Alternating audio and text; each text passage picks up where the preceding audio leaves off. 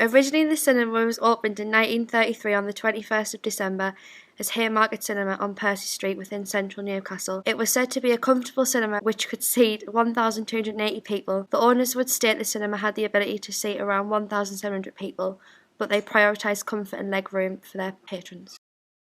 One of the influential figures who pioneered the establishment of the cinema was a man named Dixon Scott, a popular man who also ran a second cinema in Newcastle, the Tyneside Cinema. It should be remembered, however, Haymarket did have a rather unorthodox architectural design to its competitors at the time.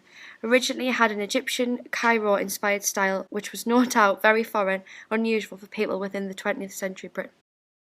A company known as Associated British Cinemas would purchase the property from its original owner, Dixon Scott, in 1936. Being a nationwide company, they would heavily invest in Haymarket by extending the building considerably. The alterations included to the building was a transfer of the projection suite from the circle wedge to above the rear circle. As a result, the new capacity of the cinema was now considered to be 2,030. The ABC on Haymarket would always be renowned for being a very busy cinema throughout its lifetime.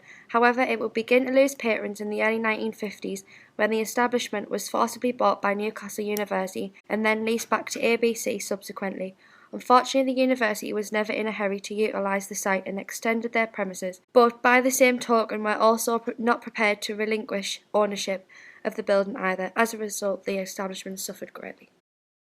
As a result of losing direct ownership over the cinema, ABC were now unwilling to invest large sums of money into the Haymarket Cinema.